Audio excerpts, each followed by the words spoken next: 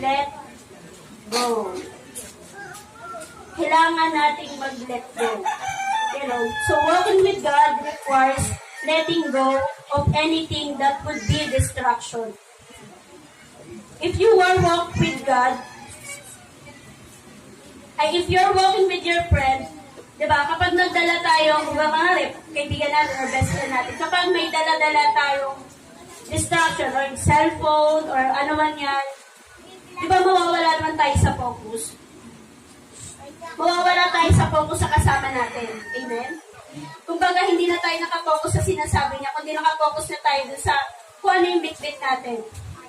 So, ang gusto ng Lord, kapag naglalakad ka kasama niya, dapat marunong tayong mag-let go. Diba? Pag let go, kaya nga sinasabi ko